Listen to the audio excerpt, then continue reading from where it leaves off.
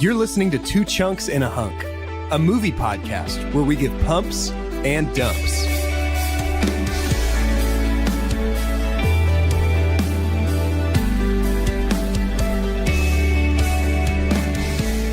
Hello and welcome to Two Chunks and a Hunk.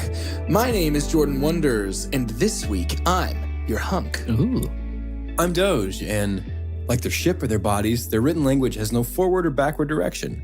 Linguists call this nonlinear chunkography. And I'm Carter. Nonzero chunk game. Wow. Very good. Listen, we said all these smart words, but there was still chunk in the middle of them. It's true. I noticed when you were describing yourself, you said hunk. Why? I did. Well, besides the fact that this movie is a movie that I have burned. Right. Give us the real reason. The real reason is because I still managed to Tell prioritize. us. Oh, okay. I still managed to prioritize finishing the first season of Gilmore Girls over watching this movie on Monday morning. Priorities, we dude. were like, we're gonna be up pretty late if we have to watch Arrival tonight. You had to just 'cause check it's gonna into be a the late day. Dragonfly Inn. And we were like, yeah, probably, but you know, we only have one episode left in season 1 of Gilmore Girls. Also, thanks for spoiling that because that's not the name of the inn. Maybe I'm just wrong. I'm probably wrong. No, you're not. I don't know anything about Gilmore That's a real Girls. Rory move of you, Carter. Sorry. That's why Yeah. people always compare me to her.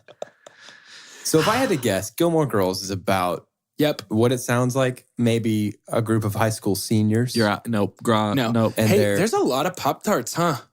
I didn't know that was a thing, but apparently that's a thing in the show. There's a lot of Pop-Tarts. Pop-Tarts and coffee everywhere, as far as the eyes can see. Boy, I haven't sure seen hope them people all. who download this episode have watched Gilmore Girls or they're going to be as confused as me. Everyone's Chelsea already knows. stopped listening by this point, so it doesn't That's a good matter point. anyway. Hey, something cool happened What? What? Tell me. while we were recording. Oh my gosh, yeah. Oh, yeah. So this podcast continues to Blow minds. blow minds, roll down a hill like a snowball. Some call that snowball. Oh, yeah. That's good. Snowballing. Let's start that. Actually, we're going to start that phrase. We made it up. Anyways, we continue to do better and better and better every month subscribing. It's been like 9 consecutive months, more downloads than the month before. Well, May It's has almost been a big. full baby. That's a full gestational May period. had been big, okay? May was more than 5,000 downloads for May Wow. for a month. That's crazy. But we just crossed that threshold, like basically live a few minutes ago. not too long ago, like we checked, we're like, okay, we're 4 off. I checked again. We were 32 past it. Like, in the span of like 20 minutes. yeah, it's crazy. And that's just kind of what's happening. You know right what? I think people could sense that the big chunk energy we were putting We out really needed into the that. world Yeah. while we were recording They're Mini like, Monday must- just a second must ago. download. Yeah. I don't know what's happening to me, but I feel compelled. It's pretty cool because we had set a goal of like, it would be a super success if we had 50,000 downloads by the end of the year, right? That we'll probably have that by August. That is wild. That is We don't even know that many humbling. people. Yeah, we don't say That's that amazing. enough. We don't pay to monetize the show in any way. Yeah, like nothing. If somebody new hears it, it's because one of you shared it with Well, them. let's be transparent. We've paid for a couple bad Facebook ads. That's fair. So maybe some of you are here and bless your soul for clicking on that ad and That's still why you're coming here. home. That is why We you're love here. you. That's fair. But we're here to talk about a movie today. Oh, we usually do that, don't we? Yeah. I know you forgot, but I'm here to remind you. That movie is Arrival. Okay, thank goodness. That's the one I watched. Okay, So, good. Yeah. No, we're all on the same page then. Great. Which is great. Doge, you want to do me a flavor? Yeesh. Give me a synopsis. This week's guest synopsis comes from a... It was so high. Jordan and I were mirror images of each other.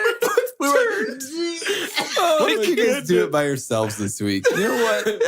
This all has to stay in the episode, just FYI. This week's guest synopsis comes from a mystery IMDb user who leaves no name. Wait, you could do that? What? Apparently you can. Maybe they put their name as like spacebar or something. But Oh, that's funny. Interesting. this one somehow manages to be completely accurate and only just sentences about the movie rather than a synopsis of the movie. Okay. Linguist Louise Banks' daughter, Hannah, dies in adolescence from an incurable illness. 12 extraterrestrial spacecraft appear at 12 locations across Earth. A U.S. Army officer, Colonel G.T. Weber, recruits Banks and physicist Ian Donnelly to find out why the aliens have come. Weber takes them to an alien encampment in Montana near one of the crafts. On board, Banks and Donnelly make contact with two 7-limb-ed aliens. That's 7-limb-ed aliens. No, thank you. Whom they call heptapods. Donnelly nicknames them Abbott and Costello. Banks and Donnelly it's the whole begin movie. It researching really their is. written language of complicated circular symbols. As Banks studies the language, she starts to have visions of a child who seems to be her daughter, ... So it seems like maybe they misunderstood the beginning of the movie a little bit. I'm not sure what it seems like they understood. Yeah. So I'm going to do something a little bit different than how we normally approach the ending surprises of movies, which Makes is sense why you're not wearing a shirt. yeah, I know. It's a little hot in here. So Yeah, go. I'm going to go ahead and assume that if you're listening to this, you've already seen this movie, and I'm going to give you 3 seconds to turn it off if you haven't. 1, 2, you should be gone by now. 3. So this movie begins and ends roughly the same, sort of with similar imagery and similar sounds. And one of the things that is changed by the end is we understand that the beginning scenes were the ending scenes. Yep. We realized that the little girl and the mother-daughter relationship we saw had not yet occurred in this story. Wow. So I'm going to do something really weird here. Okay. My super pump, I know. From the beginning. I know. It's actually the song. In a movie where I love almost everything about it, the song takes my breath away every single time. This opening song? Yes. Did you know that's not Johan Johansson? I know. Okay. I know. And he That's why he voided didn't. That's why he didn't get. Yeah. he voided his eligibility But for agreed. an Oscar. It's amazing. Yeah. It's called On the Nature of Daylight by a guy named Max Richter. And I have listened to this song upwards of 3 digits worth of times on my Spotify. Does it make you like top of 2017 and stuff every like time. that? That's crazy. Every year That's since funny. this movie came out. So this song is in a couple other movies. It's in Shutter Island. Shutter Yeah, Island. Shutter It's Island. It's in I think it's in the Tom Hanks movie where he's in the airport. Terminal. I think it's in Terminal. But this song is this movie to me. Like I hear this song and I'm instantly in, like when I watch Shutter Island now, I'm like, that's Arrival, get out of here. But this song bookending this movie, Yeah. a movie that is about life's bookends and is about what is a beginning and what is an ending and questions both of those ideas and what their purpose is. And this song is so emotional and poignant without saying anything. Yeah. And It's great. I feel like in a movie about the necessity of communication without really saying anything, a song that can make me feel this much without saying anything sort of serves as the pinnacle of that communication of this movie. And just let it be known that it is going to be impossible for me to be objective about this movie. So I went ahead and made my super pump this so that we could get out of the way. It's only uphill from here for me in a weird way. That's amazing. With all that out in the open, Yeah. let's talk about how this movie Let's starts. talk about it. We get the song. Mm-hmm. We get enough producer credits at the beginning to feel like an indie flick. Yeah. That's an interesting The thing. opening Yeah. studio title Oh, yeah, it was like sequences, 5 or 6 it goes different ones. forever. Yep. It is crazy. But we get this song On the Nature of Daylight set to a really sweet mother-daughter relationship. Yep. Of a baby, come back to me, growing up. Yeah. This rivals the beginning of Up to me in terms Yeah. of just like, oh, really sweet. Oh no. Oh no. Oh no. You know Yeah. what I mean? And it really does hurt. Yeah. Like a lot. I think that Amy Adams does a lot here with just everything that she's been given to kind of convey the pain and the sadness. Yeah. We see Hannah diagnosed, we see Hannah die, and we hear come back to me, but this time in a much different context. And then she's at school. Yep. She's gone straight into school teaching. She's a linguist. Yeah. So she's teaching some history of language. I think they were going to talk about Portuguese, one of the Romance languages. Yeah. Does that hit home for you in a cool way? Not linguist. Right. A linguist is someone who had put all of their communication attention in language. Language, right.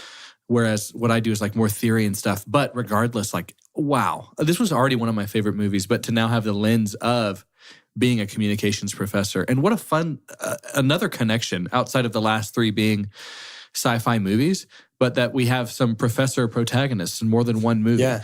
That's is cool. just really cool. But yeah, I mean, just to see it from this lens and how fascinated she is with it.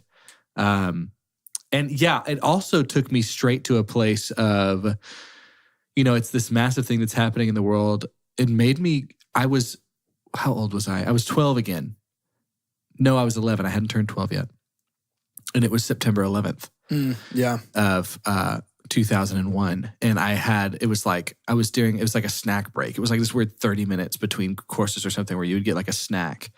Yeah. And I'm walking by the library and one of the TVs had been rolled out in the library and like 10 of our teachers were just watching the screen. Yeah. And I sat there from the door frame watching the towers like smoking. It was before the second one had hit. And they do a great job of portraying the standstill nature. Everybody turn your TV on. Everybody stop your class. World big question mark. Like what just happened? And you don't even get to call this terrorism, right? Because we don't get anything that says they are a threat outside of them being a mystery. And so the threat was ignorance. That was like, I don't know what this is. But yeah, anyways. Well, and I think it was great. What is so unique about the setup of the aliens in this movie is there is no... So I was reading something very cool, and it was the idea that these aliens traveled hundreds of thousands of millions of miles to get to Earth and stopped 20 feet above the ground to make humans reach out for the last 20 feet. Love it. It's the whole hitch kiss thing. Yeah. 98 or what is it, 90-10 or whatever? Yeah, we'll go 90, you go 10. Yeah. But really that is so interesting because the first contact is on us as a species. And I just think it is a really unique take. And Denis didn't even write this story. This is from a short story called The Story of Your Life. Yep. And there's some minor and some pretty major changes made along the way. But that author would say like, this is simultaneously an amazing adaptation and an amazing movie. He jumped in and said, this is just about perfect. Which would be, as if I was Denis, I would be like, okay, well, great. As much confidence as I would have going into it, be like, well, this is the icing right here. Right, 100%. So. But yeah, I think that, and we'll get more into this, but a story about aliens arriving that is not told in a story of necessarily war or fear or anything, but more along just like, how do we talk? Yeah. And it's so interesting too that I'm really liking how, so a similarity between Alien and Arrival is like Alien screen time feels similar. Yeah. Like actual, like see you fully Alien screen time, except this is in a completely different way, right? Like there's, even though the thought and just the mass of these things when we eventually see them is scary. Like there's something scary about not knowing. Deeply frightening to me. Very much so. But it's definitely not horror. But it's kind of fun to see different takes on it. Sure. And to know that Denis has some, and I'm sure he does for Spielberg too. I mean, what director doesn't? But with the Blade Runner connection, like we know he has some like, he really looks up to Ridley Scott. Sure. So the Spielberg thing you mentioned, there's in particular a really, really long shot of Amy Adams when the aliens land, where she's just looking at the screen. She's watching the screen. It's a very Spielberg face. We hang tight on her face forever. We talked about in other episodes, it's the Spielberg face, most famous in Jurassic Park, right? Right. When they get out of the Jeep and they're looking off camera and then Hammond says, "Welcome to Jurassic Park." And then we cut and see what the characters have been looking at. It's a really, really inexpensive way to add a ton of suspense to any big dramatic moment. Yeah. Right. And I love the shot of Amy Adams here with her face lit dimly by that TV and it's reflecting in her eyes. I think it's really cool. I need to do it now. Amy Adams is my super pump. Makes sense. She has more Oscar nominations at this time than the rest of anyone involved combined. Yep. And she still hasn't won. And she got nothing for this movie. She didn't even get nominated for this. Which is wild. And I am ready to campaign. Like I will be like how people freaked out when Leo finally won an Oscar. Yep. When Amy Adams gets one. Because she deserves it. Throughout this entire movie, and I'll come back to it. Her best, I mean, she completely acts. I don't know how to describe it, but like when she is listening, when she is not saying anything, even some of the scenes where we get her in the hazmat suit and the way she breathes. Yeah. Like Amy Adams did something much like a good soundtrack will when there's no words that I just like ambiance almost. I realize I'm breathing the way she is. Yeah. It is so immersive. That's cool. It's just brilliant. But Amy Adams is my super pump. And it wasn't a long shot because it's a great movie. And there was a lot of other concepts and different things that I would do it for. But my goodness, what a travesty that she didn't even get a nomination. Isn't that crazy? And I don't think that bothers her, right? But that doesn't mean Probably not. It doesn't get to bother me. It's Well, just but I think she would be honored if she did win, you know? Yeah, it is so crazy that didn't happen. But anyways, yeah, from a span of like 2008 to this year, she's had 6 nominations. Oh my goodness. Wow. Which That is is just crazy. amazing because Yeah. she did for Vice, and it's like Doubt, And Vice, was it- American Hustle. American Hustle, that's the one. was one of Yeah. the ones too. And American Hustle, she was with Renner as well. Oh, Right? yeah. So I forgot he was in that. Speaking of. but Man, I love him. Yeah. he's great too. So, and we can actually get to him pretty quickly because Sure. what we get at the beginning of this movie is a lot of sort of the wide-eyed, panicked look of what now? What now? Is what Yeah. everybody's asking. Yeah. And And Whitaker, I guess, happens before Renner. yeah, so she's actually, Louise is approached by the army. Yeah. And basically they say, we need a translator. Can you translate this? To which she says, well, I need to be there. And they tell her that's a long shot. And then she basically elbow drops the other Oh. professor So many elbow drops. and says, okay, you can go with that dork if you want, or Yep. I'm right here. Yep. And of course they come back. They come calling in the middle of the night and with a helicopter, which is a good way to convince somebody to do things. I love her line here when she's asking for the translation of war. She was like, the other guy you're about to ask him to translate the word for war, the Sanskrit word for war. Colonel G.T. Weber says, what's his name? The other doctor told me that it means a disagreement. What do you say? And she said, it means a desire for more cows. He's And like, then he all says, right, pack your bags, let's go. Yeah.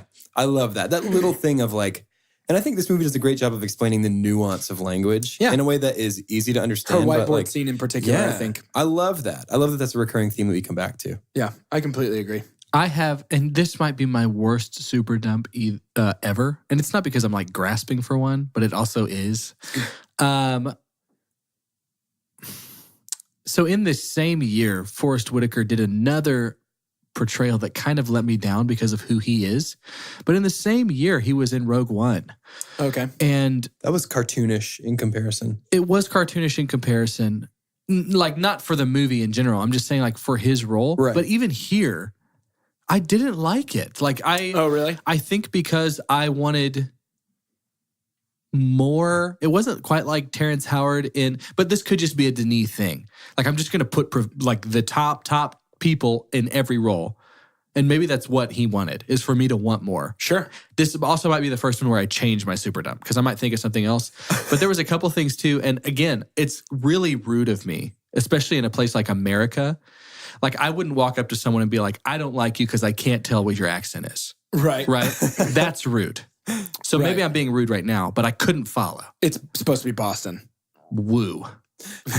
I didn't think so. But anyways, and again, this is me trying to find out my identity in my super dump right now. I'm being really vulnerable today. Sure. But Bare right your now, it was his portrayal of this character. Fair enough.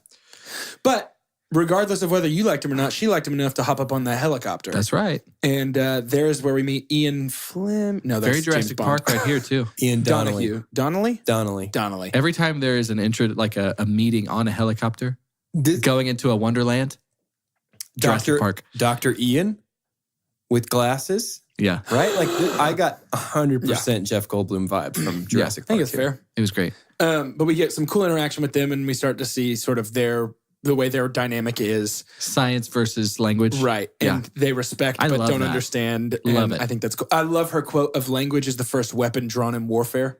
Yeah. I think that is really interesting and also is our thesis statement if this is a paper. Yeah. And Yeah. are you saying like, was that her quote or that he's reading what He's she reading had? her Her quote. intro to the book. That's yeah. sorry, that's what I meant. Her quote from her Gotcha. paper. Yep. But I think that's really cool, specifically with how everything sort of plays out here. And I think it shows the respect he has for her from the start, I agree. which is a great foundation for what their relationship would be. Like, it didn't necessarily have to be earned. He was going to learn new things, but he didn't have to learn to respect her. Right. Which was cool. I completely agree. Their relationship is one of the best things about this movie. Yeah, I and love the it. way they not only work together, but do fall in love, through that work and watching each other do what they're good at. Renner just feels like he'd be such a good friend. Yep. I completely agree. Such a loyal guy. You mean Renner in real life? Yes. Yeah, I want to hug him. Yes. I feel like he would be the one to, even if he had something to do back at home, he's going to stay and listen. Yes. Hey, Because he shameless cares. plug. If you know Jeremy Renner, we have a great opportunity for you that we'll talk about later. But we want to hug him in person. So we get one of the coolest shots of the whole movie upon arrival to the site, which is the shell floating in this What a big pump. field. What oh a big my pump. goodness. Who would have thought something as minimalistic and simple as this would be so awesome? Yeah. Well, and it's almost scary because of how nothing it is. Yes. You know, It's not moving around. It is. It's not disturbing It is anything. imposing only because it shouldn't be shaped like that. It shouldn't be able to stand like that, and Yep. it shouldn't be here. I would like to posit this and see if you guys agree with me. It was in this scene in particular that I started to notice it, but then for the rest of the movie, I couldn't kind of get this thought out of my head. Tonally, does Man of Steel think that it's a rival? Obviously, not literally, but like, Not, you know what I is mean? that Like, what it thought it had landed at? That's funny because Right. Amy Adams is in both. it's fun, and maybe Amy Adams was the connection, but it still Definitely feels part of a it. little bit like the way that this movie is shot, the way that things happen and continue to escalate. Something about it just feels like what Man of Steel attempted to be, mostly successfully. I think Man of Steel is largely enjoyable, but there's something vaguely Man of Steel about the things going on, and maybe it's just a realistic look at it. It might be pretty vague. Situation. I think think it's I wouldn't completely write it off. The movie tends to be a little blue and grayed out yeah, in ways that Man of it Steel looks is as like well. Man of Steel. Yeah, Yeah, but it for me at least, I'll just speak for myself. It looks like, I think you're right, what Man of Steel thought it was going to look like when it shipped. I think he there was some phrase or something. Denis wanted it to, and the cinematographer wanted it to look like dirty Sci-fi is what dirty they called sci-fi. it. Yeah. And it's like a kid looking out of his school bus on a rainy Tuesday Yeah. and imagining these things So happening. this cinematographer, whose name I can't remember right now, not Roger Deakins. it's not Deakins. Yeah, I would be okay with him being the cinematographer for Dune as well, because clearly Oh man. this aesthetic he can get down on. Yeah, 100%. So upon arrival, I'm going to tell that joke a lot, to the camp, we get our immunization boosters. And I mean, you get thrown right into it. we suit up and so the soundtrack here is so weird and industrial and gorgeous. Yeah. it's incredible. Johan Johansson, out of the park. My favorite song comes a little bit later, but there's so many like guttural yes. brass. I don't know what to call it. Like, So it's just he uses at one point, and it's when we start to make our first progress with the translation. We'll get to this scene in a second, but Yeah. during that he had written this song that he intentionally used nonsensical words and phrases to build as though you're not understanding a language that's going on around that's you. perfect. With that This song was almost my super that like pump. na na na na na na na na. You know Yeah. what I'm Yeah. talking about? So Yeah. it's called, the song is called Heptapod B, which is in the book. There is Heptapod So A, cool. which is their spoken language, and Heptapod B, which is their written language. I just So that's what he- love how it is so sci-fi classical name. How fun is that? Yeah. That he went in and like Yep. basically went off stuff like canon and D Right. and all this kind of stuff and was just like heptapod Yeah. B. It Yeah. was like, oh my gosh, that's so nerdy and amazing. It is awesome. That's such a cool song. His soundtrack might as well be a character. I could go on forever about his soundtrack Love to this when that movie. happens. It's incredible. But Yeah. we end up going up, changing our gravity, and walking Woo. into the ship. Ooh, that gravity change is so That is good. I mean, so good. One of the weirdest and coolest effects. And I can't help but feel in the like hazmat suits that it is alien inspired when they're out on the planet going to get the egg. Maybe a little bit. With the lights inside the helmets, letting And us all see you their can see is the faces. glow. And yeah. Yeah, it's pretty awesome. And you know what?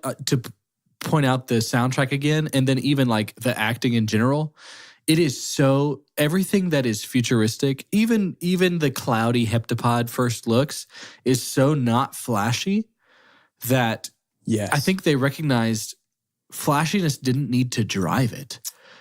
Like literally all we have are just shapes. Like shapes Right. are the future. Like it's a long, massive rectangular hallway. That's all Yeah. it is to a window. That's all it is. But they do these things where it's just like the change of gravity obviously is really cool. You don't see that much. I was taken back to like Inception when yeah, the and, like, in the buildings. hallway. yeah. all Oh, the the kind of hallway, crazy yeah, stuff good that call. they do. That's awesome. But it's so cool. But we walk down this long rectangular hallway and we end up in I don't remember if there's a name for it. It's an aquarium. Viewing area? Yeah, it's an aquarium basically. Yeah. But when we get there, this reveal shot of the aliens swimming through this fluid to end up at the window, I would argue is the best shot of the movie. Did you see it in theaters? Yes. No, sorry, see it in no, I did theaters. not. Neither of you did. No. I saw this movie in theaters. I wish I had. Wow. Like, especially with the soundtrack too, and how much deep, like, especially when the heptapods talk and the soundtrack. But this, I leaned back Yeah. because I mean, and at this point too, your first watch, you're like, I don't know. What are they no going to idea what's look going like? I really yeah. don't know if these are good guys. Super pump This scene? is this scene in this scene specifically, just the heptapod design and the way that those creatures move around and their written language, the design of that. Did Just you read everything? their inspiration No. Yeah.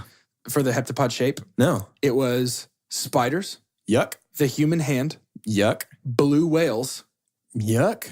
the Grim Reaper.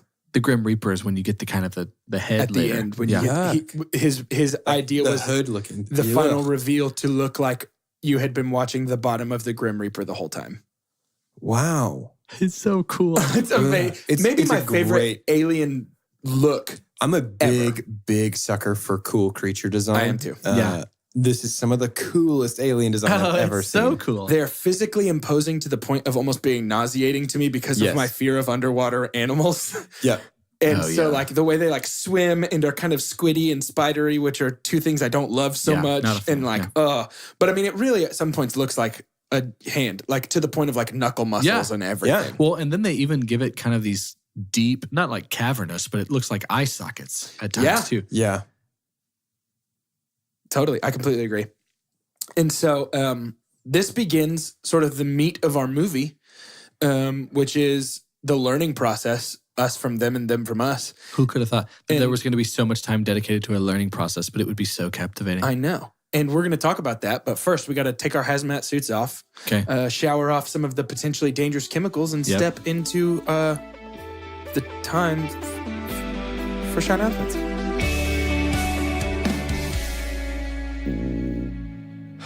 Welcome to Shout Announcements. It's part of the show where we give shout outs and make announcements. You sounded like a heptapod at the beginning of that. So, we want to give a big shout out to Wax Space and Tyler Station. We are often on your premises, recording podcasts, drinking your coffee, and using your toilets. Thank you so much for all of those things. Especially those potty toilets. zones. Potty zones. And we want to give a shout out to podbean.com. We pay you money. We put stuff on you. That stuff is our podcast. Podbean. Geeks.com.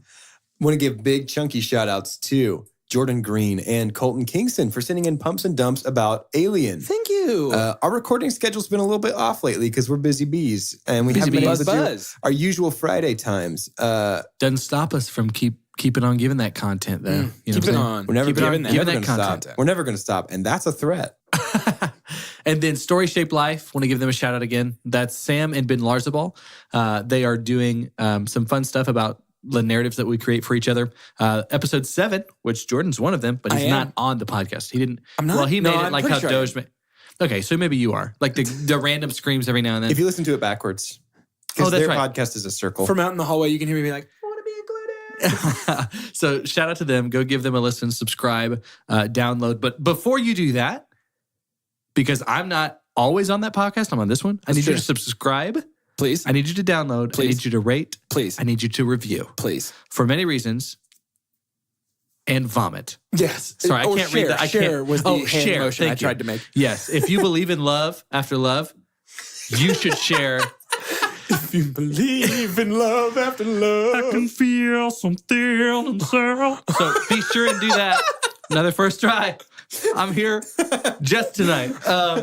So please do those things. If you believe in love after love, and you also believe in movies after this one, tune in next week do. where we're So doing good. the last movie of Chooser's Choice and my second Stevie Spiels flick.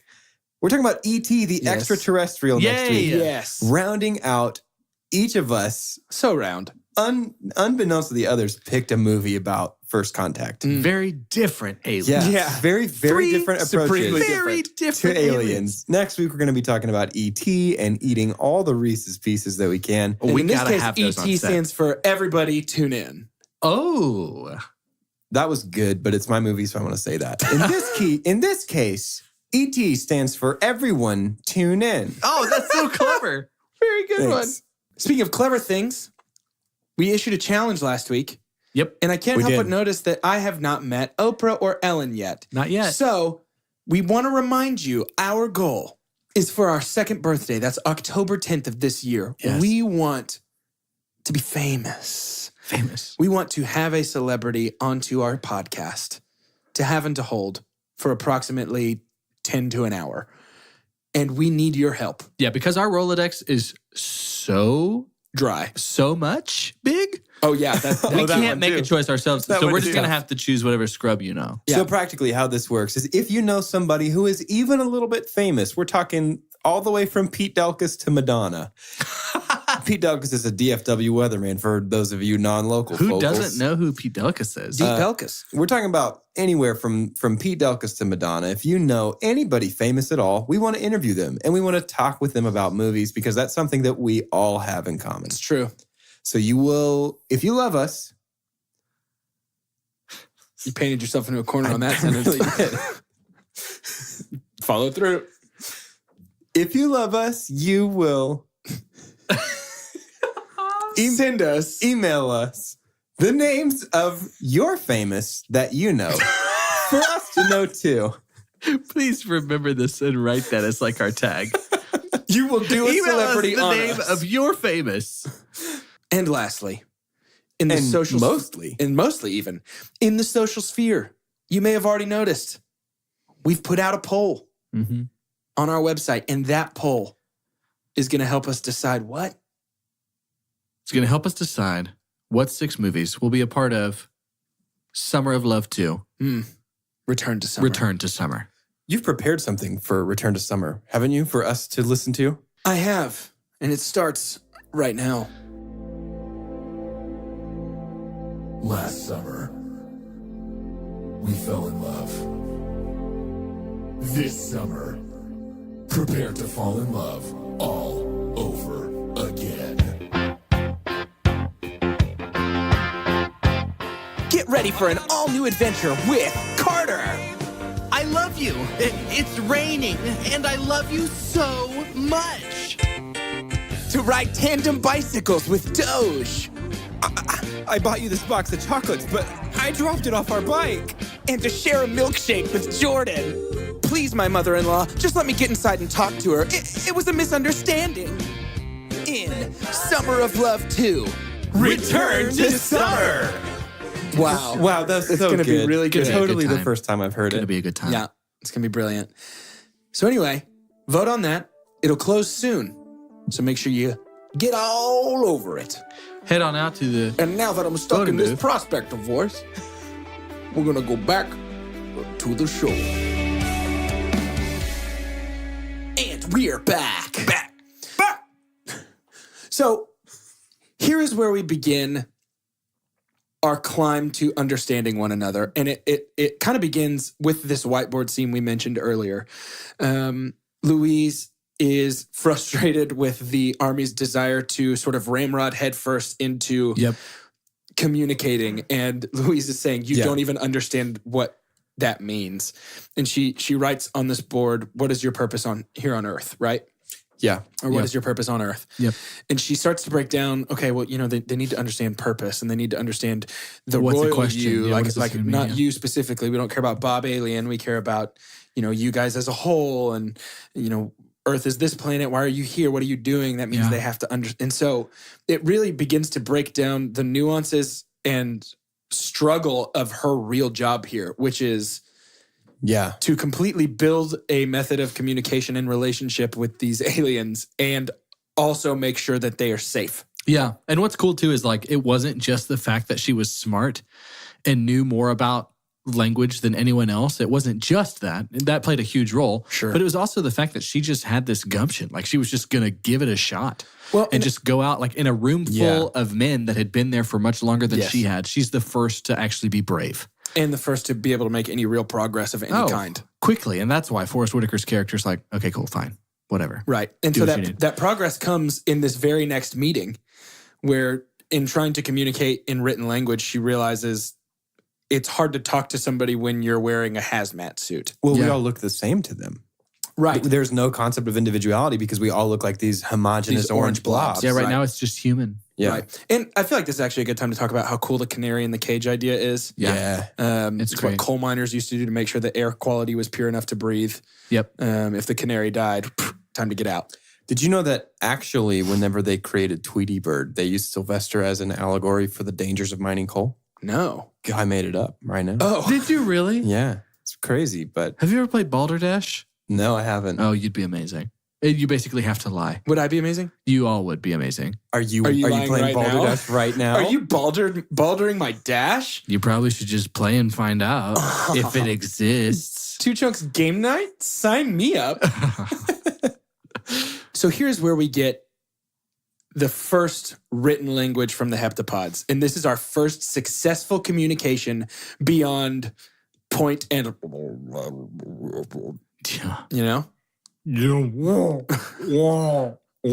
It's pretty good, actually. So here we are. And I'm kind of just now deciding Guys. this is my super dump. Wait, I have a confession. In making that noise, I have a cramp in my neck right now. We need to slow down. Oh, wait, guys, I'm actually hurting. Oh, I'm just gonna figure it out. Y'all keep going. I'm not making that noise ever again. Oh, my goodness. Keep going. So as I was saying, we're at my super dump right now, and I'm kind of just deciding it's my super dump. It was very, very difficult to come up with a super dump. Okay. The heptapods, they've seen this moment before, yeah? Right? Like their whole point in coming to Earth is to give us, spoilers, the tool, Sure. the written language. Yeah. Why do they even fart around without drawing a big circle on the glass? You know what I mean? Why don't they just walk in, like the second humans walk in, they go and spit Right. up an ink circle on the glass? I don't. You know what that did for me? And my neck's a little better now. So I'm sorry if I'm just speaking gibberish. To me, that pointed to some kind of almost sovereignty of these beings.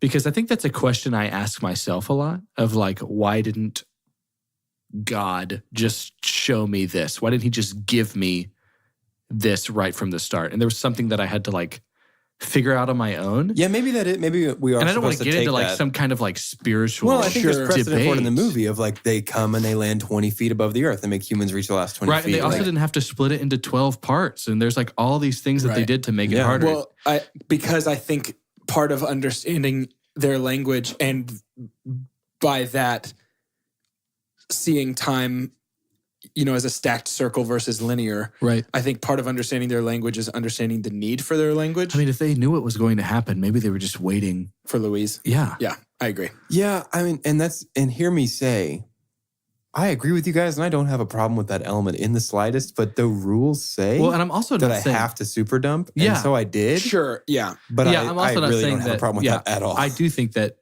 makes sense to an extent too. And I mean, I super dumped on, y'all didn't agree on the Forrest Whitaker hot take either. Sure, you so- probably won't agree on my super dump either, so that's just how it goes. Okay, Sometimes. well.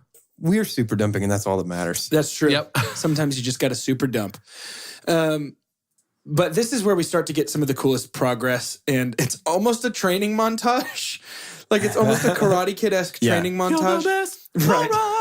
But it is a growing relationship between humans and the heptapods, Yeah.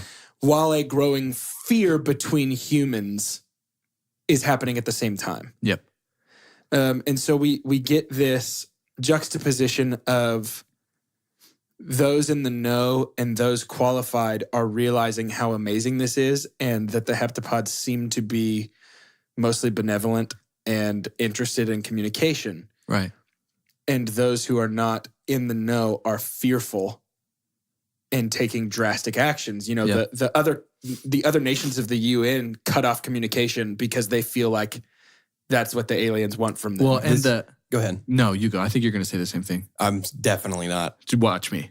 This whole sequence gives me a whole lot of vibes of the three body problem. Are you guys familiar with this No, book? I'm definitely not on the same page. Yeah, it's a Chinese science fiction book, recently translated into English a few years ago. Oh, how fun. I read this like toward the end of last year, and this whole like the national response, particularly the Chinese response to the aliens, really, really just reminds me so much of that book. Great book. If you like Arrival, check out The Three-Body Problem. Interesting. That's cool. And also talking about like their communication, I love the scene, and you were probably about to go there, but the scene of how the Chinese were communicating via Mahjong, Right.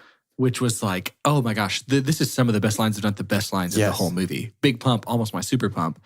And Amy Adams is like, Luis is like, well, yeah, but what if I was like teaching them based off of chess? Like there is one purpose to these games. It's Right. like to win or to conquer or If and language so- is a binary. yeah, like this doesn't work. Right. And so brilliant. Like so much of it is brilliant. And I wonder how much is new writing. Like how much of it is not just an adaptation of the book. I think a good amount of this is new. That's crazy. That's crazy. Is new writing, new scripting, yeah. But I think to me that is what separates this from other alien movies where we're interacting with, beings from another planet. Yeah. Is the subtlety of communication specifically. I mean, that is the core of this movie. Yeah. Yeah. I would actually argue it's not. Actually, we'll get there. But the core of what this movie seems to be is communication and how vital it is. Yeah, and and because of that, it's a way more educational look at how the worlds are working together. Yes. Outside of it being like, you got tanks that are better than ours. Do you want to fight? It's like, Yeah. it's not that. It's like you're getting to see it's not a universal language, and everybody's having to figure it out on their own based off of their building blocks. Sure. It's so fascinating. And how they approach. Yeah. So I want to start burning through some of this because I want to spend a good amount of time on the end. But when we get one of my favorite scenes in this whole movie here in this sort of middle section, which is when it is revealed to us just how much she is actually starting to understand this language, that she is dreaming in it. Yeah. And we get from her one of the best acted scenes in the movie, in my opinion, which is talking to Ian, who we know is there, Yeah. but talking to some other being in the room that we don't see until the very end. Yep. Yeah. And it's our first, well, not our first, but one of our biggest hints of the nonlinear nature of her understanding of time starting to show, because the scene of its reaction in that moment So is the scene that we get when she goes and meets Costello Uh-huh. in the ship at the end. Yep. That is the same backup that he does. Uh-huh. And so she is seeing something that has not yet come in her dream, Oh. because in her dream she understands So this cool. language. I feel really dorky saying this all, but it's just so cool to me. It's really unlike anything else. Yeah. Like this movie, I mean, to take a second and talk macro picture, I can't think of another thing that I've seen that's in anything close to this movie. No. Sure. So you're going to feel dorky talking about it, but I promise it's okay. Sure. And it is nothing if not unique Yeah. for certain. Well, and what's cool is like the big creative component saturates every component of Yeah. the whole movie. Yeah, I agree. It's like not like this was introduced at the end. It's like everything, like the circle is figurative and literal and Yeah. like amazing. Yeah. And so I don't remember if this is before or after the sort of rogue section, but There we is end up, no before or after, so it doesn't matter. oh, there it is. So we sort of end up As just a construct of your human times a language. flat circle. Horrible Woody Harrelson. Yeah, I was He's not even the one who says that No. line. Was that Batman McConaughey for you then? Okay, that was great. Pretty good. Yeah, we can brush past That was mine. fun. No, it's it. That was great. That was fun. Mine was supposed to evoke the spirit of Woody more than anything Then I else. definitely got it. You didn't hit enough of your hard L's. I did it. Just I swallowed it. Jim Bay. So we get sort of a cool scene of Ian getting this breakthrough of realizing that he has exactly 1/12 of the information. I know. Doesn't it feel like he's like, I can contribute finally? Yeah, yeah. Because he's totally getting like outshined for much of He's the whole jazzed plot. about numbers, Sure. and he gets a number, and he's He's like, you know real what that is. stoked about You know it. what that is, right? 0.083333. Did you guys know? Allow what me that- to no. Did you guys know what it was as a fraction before you said it? No. I mean, I could I have guess jumped to the not assumption. everybody can. Oh. So some people got to be the 1% of So the brains in the world. What he really wants us to do right now is tell him that he reminds us of Jeremy Renner, and I'm not going to give him the satisfaction of it. He's crying. I'm just Wow, saying. he just ran out. He's crying. I mean, Renner Have you guys does. ever see me shoot a bow and arrow? There was that deleted. Did you have the extended cut of Yeah. Arrival? So there's that deleted scene where Renner does eat trash can chicken. Oh, he does. So they are so I totally similar. forgot. Well, they changed the line. He's like, it's time. And she says, time for what? And he says, time to bust out that trash can chicken you've been hiding. I forgot about that. You know, you might be like Jeremy Renner. It's my new job to at least bring that up once a month. I love it. I'm done with this episode. I'm not going to say anything else.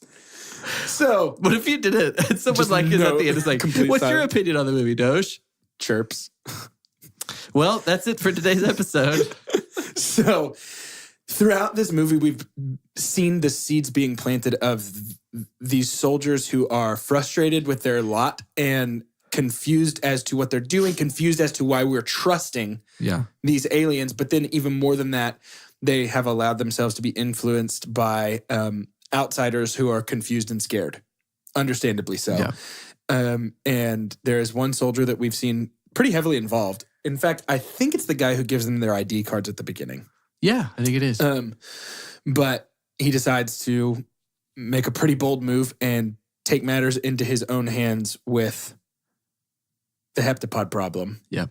And before they can close the door, he goes up and he sets a 10-minute charge as Louise and Ian are running back to reopen a session with a few minutes left. Yep. To make a little more progress. Yep. So this is before the 1 of 12 because this is when we get Abbott is frantically putting these. That is such an intense scene. Yes. Yeah, it really is. It was at this scene that I had to pause and go do something else. When I was like, okay, I'm just gonna wait a little bit because I know this gets intense. But it like was drawn out more than I thought it was, and I was like, dead gummit, I have to pause.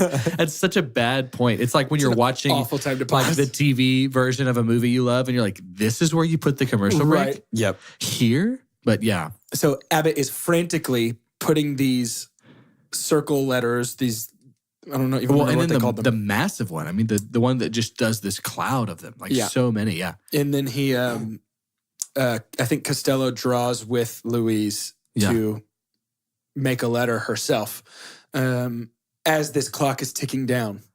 And then the gunfire starts outside when security realizes what's happening. And with 1 second left, Costello leaves yeah.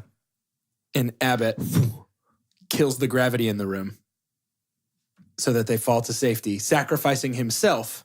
I forgot that's what that is. It feels like he's pushing them out. I know, but they're upside down. Yeah. Yeah. They're just falling. He's just turning off the gravity. So cool. Why It's is it amazing. that something like that, just a literal like change of perspective, I know. just rocks our world? Because it seems like he has like the force. Yeah. But he just turns We the didn't even gravity talk about off. them being named Abbott and Costello. I think that's Which really is brilliant. It's amazing. The Yeah. Abbott and Costello's most famous routine is Who's on First, all Yeah. about the misunderstanding of the minutia of linguistics. Right. Yep. It's so good. Cool. It really Right. is. And I actually think I had them reversed. I think Abbott is the one who draws with her and Costello shoots all the circles out when he leaves. I'm not sure. Whoever shoots the circles out is the one who. That's the one who lives because Yeah. he retreats so that Abbott can be the one to save them. Yeah. Yep. Um, It is Abbott. Abbott's the one who dies. Yes. Or becomes death process. So that's my favorite line in the entire movie. Uh-huh. Abbott is death process. I don't know why. When I saw it, I remember being like, no. Like, He's it death process? crushed. Yeah. Yeah. Abbott death process? Abbott no death Remember process. Abbott was like, I love you 3000. Yeah, And that's then- so good. This is something that's just occurring to me. Maybe this is nothing. Tell me if it's nothing. Please tell me if it's nothing. Okay. Start Abbott is death process on any word in that. Is death process Abbott. Death process Abbott is. Process Abbott is death. Abbott is death process. I think that's nothing. I really think that's nothing. I think don't it's something. know. It's definitely something. So I think it. I can't believe we've brushed over this now that you're bringing this up, though. The heptapod language is a real language that they created for this movie. It is fully readable and Sounds That is writable. familiar. part of my super pumps. Sounds familiar. The what's it called? The scanning mechanism that they use to read them is a real algorithm that they really created. All of the images that are writing the circles and push, they are using a program on the Phenomenal. set to do all of this stuff. Made by the Wolfram people, right? That do Wolfram Alpha. Yeah. Mm-hmm. This all points to such a like movies, really good movies. Most of them are research projects, Yeah. Yeah. and we are seeing the dissertation. Yep. We are seeing the end result. Yeah. And the more thought that's put into that, the more immersive it becomes, and the better movie it is most of Yeah. the time. I So agree. cool. I completely agree. Because think about all the things that these directors, Ridley Scott, Steven Spielberg, Denis Villeneuve, have learned from their movie making experiences. Like that's almost more than probably what their education was at film school. Oh, I'm sure. But between all the research, I'm sure. But the fact that they're passionate about it too, I just love it. I agree. So once we leave, we got some concussions. We're sad about it. We see that Big Domino has decided to retaliate. The leader of the Chinese army, General Shang, has decided to retaliate. And we know that others will follow. It's a mess. We're retreating. We're getting out of here. And Louise says, no, I'm not done. Yeah. And so she runs out and is met by a Tic Tac that comes down to take her into the ship. Really cool though. Yes. Yeah. I love that. Very awesome. This scene is one of my favorite scenes. The effect is my super dump. I'm fairly certain all of her hair is CG. Yeah. Like Aquaman. Yeah. So I just don't love the look of like kind of underwater, kind of not. I wish that something, I don't even know where else to go with it. And again, Yeah. you got to find something. But Sure. Yeah. I wish that maybe it had looked a little different. Don't ask me what that means. Sure. But that is my super dump. This scene, It however, means that legally you had to super dump on this Sure. movie. this scene, however, is the revelation of Abbott's death process, but it is also our big reveal of our twist. Yep. And a movie like this having a twist is not something I expected while watching it. The twist being, of course, this daughter, this relationship she has seen has not yet come to pass. When she said, the first time I watched it, when she said, I don't understand, who is this girl? Yeah. It was like, it's like somebody stuck two vacuums on either side of my ears and just sucked everything out. It's crazy. Yeah. Louis sees future. Is that what he says? Yes. What? Louise has weapon. Louise sees future. Ugh. And this culminates with, we get the look at Costello, huge, terrifying, looks like a walking tombstone the size of a blue whale. I mean, I'm With glad they're 7 on our legs. side, is what I'm saying. For sure. And this is when we find out that their purpose, while benevolent, is not entirely selfless. They've come to give us help so that we can help them in 3,000 years. Because they've seen it. Yeah. Right. It's not even that they've seen it, it's that they're doing it right now. It's so strange and awesome. Yeah. But this is also when Louise realizes how to stop this. Yep. And it's that she already has, and she will. It is the coolest and weirdest view of time I've ever thought about, and it kind of makes me feel very small and lightheaded to think about it for a long It time. makes humans, like the whole thing is like how to become a 4-dimensional being. Right. Which sounds very, how to become a 4-dimensional being. Right. You should be driving a Lincoln. Right. It's so good. But I think what's so great about it too is it didn't have to be flashy to give you such a flashy concept.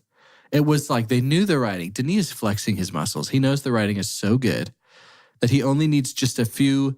Like when you thought there's a lot of pieces, it's like, no, it's these 4 big pieces Just that let it just kind of happen. fit together. And this is how it works. And you're like, wait, yeah. Wow, yeah. It's crazy. Yeah, I completely agree. I love the scene of calling Shang and getting the words. Sweet phone, by the way, man. Shang. Sweet phone. Yeah.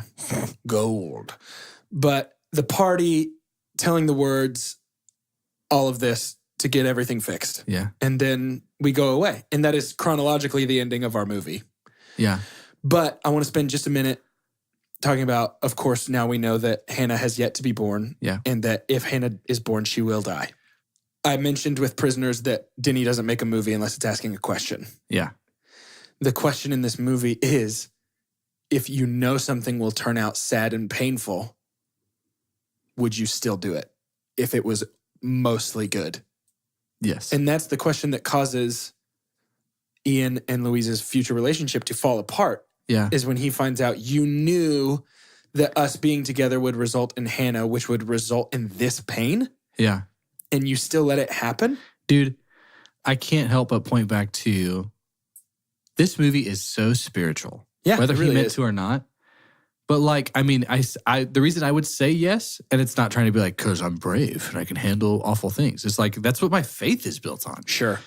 Like knowing something would happen 33 years after there was a birth. Like, but doing it anyway, because all the good stuff that happens in that 3 decades, like that is why I would say yes. Right. And that's why like this movie hits emotions in a gut that I didn't know I had. Like, I think I agree with you. Yeah. so cool. Yeah. So cool. And such a hard question So hard. to ask of yourself. Yeah. If you could see every single day of your life, would you still choose to live your life? And the heartbreaking talk she has with Hannah in the park, Yeah. knowing that it's going to happen. And then it's unstoppable like you. And then she says, I'm unstoppable. Yes, dude. Oh, Stop. chills. Yeah. So cool. Did you read what the words were that she told? Yeah. I don't remember. Something about war. Yeah, war. There are no winners in war, just widows. Yeah. Yeah. I saw it was a thing. I guess the guy who wrote the line was mad that it wasn't more audible because he was like, I worked so hard on it. It's not even in the caption. Yeah, it's not even subbed. Yeah. Because he said, Denis brilliant, but he's a fox. Like he's a sly fox or something like that. It's such a funny I quote. guess he broke what the line was the second somebody asked him because he was like, I worked so hard I on know. it. And he's got Denis, like Denis has his respect so much that he's like, Yeah, absolutely. oh, Denis. And so we get, once again, On the Nature of Daylight by Max Richter. Yep. Bookending our movie. Somehow it's not so sweet that it's cheesy. That her daughter's name is Hannah because it's the same forwards and backwards. Especially if it had happened before and we had been like, oh, she's just obsessed with palindromes, then I would have rolled my eyes. But because everything her life is now based on wraps around palindrome and rhyming and back And how cool about Renner? The guy who plays this character, his name is a palindrome. Hold on. And Adams in Villeneuve? Dude, Adams backwards, smart. Denis Villeneuve backwards. Villeneuve. Wow, that's pretty good. I made it up. But that is the end of Arrival. Dude, have you ever played Balderdash? You'd be good at it. You mean Hillsab? What? Don't I do know. that. You're being ridiculous. Sorry. I think it might be time, unfortunately, to stop talking about this movie and start rating this movie. Okay. Do you agree? Yeah. We're going to do that with science, much like Ian tried to do in this movie. Mm-hmm. The scientific cinema scale. Which is communicated through Words. words. And is as follows. The best thing we could ever say about a movie is own it, don't lend it, buy that poster. The next best thing, that's going to be buy it and then rent it. That's followed by stream it and then forget it. And last, but certainly least, the worst thing we could ever say about a movie. God hath forsaken us. So I should go first, I guess. This movie is, if I had to really choose, probably my number one favorite movie of all time. I love the way it makes me feel. I love the way it looks. I love the acting, the dialogue, the cinematography, the soundtrack. This is a perfect movie for my tastes. I think everybody should watch it. And I really think the only way to not like it is if you just can't do sci-fi, if that's not your jam. Because other than that, I think it's got something for everybody. For sure. For me, this is an easy own it, don't lend it, buy that poster. Love it. This is going to be a very easy poster for me as well. Yeah. This movie, I didn't include it in my top 5 last week, and I think it was only because it'd been a minute since I'd seen it. Yeah. This movie waffles with Raiders sometimes for my number one favorite movie. Sci-fi is my jam, pretty unequivocally and exclusively my jam. Yeah. I can't think of a sci-fi movie I like more than this one. It's so good. It's a buy the poster for me too. And to try and honor the metaphor king that is Jordan, I tried to come up with a good metaphor. So we've talked about how cinema or movie making is an art form in itself. Okay. So what Arrival is not like when you go to a science museum and it's all this hands-on stuff.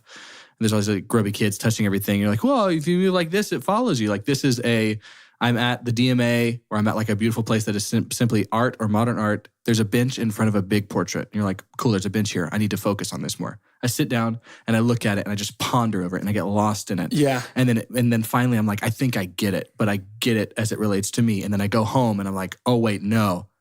Okay, now I get it. Like this is what this is. Yeah. It's just something you just get to sit there and just observe. And I think that's Denis' pace too. I think as you said in Prisoners too, he just kind of lingers on stuff for a while.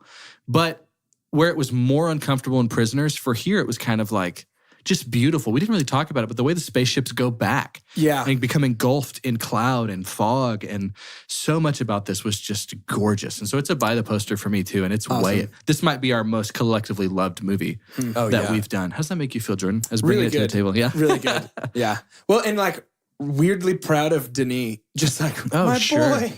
Well, and that's so exciting too. Is like with him being the youngest, he's not like a rookie on the Sure, director's team. yeah. But that should make got us more collectively so excited. Oh my That gosh. it's Denis that we're like, I'm oh so excited my to see what gosh. he does.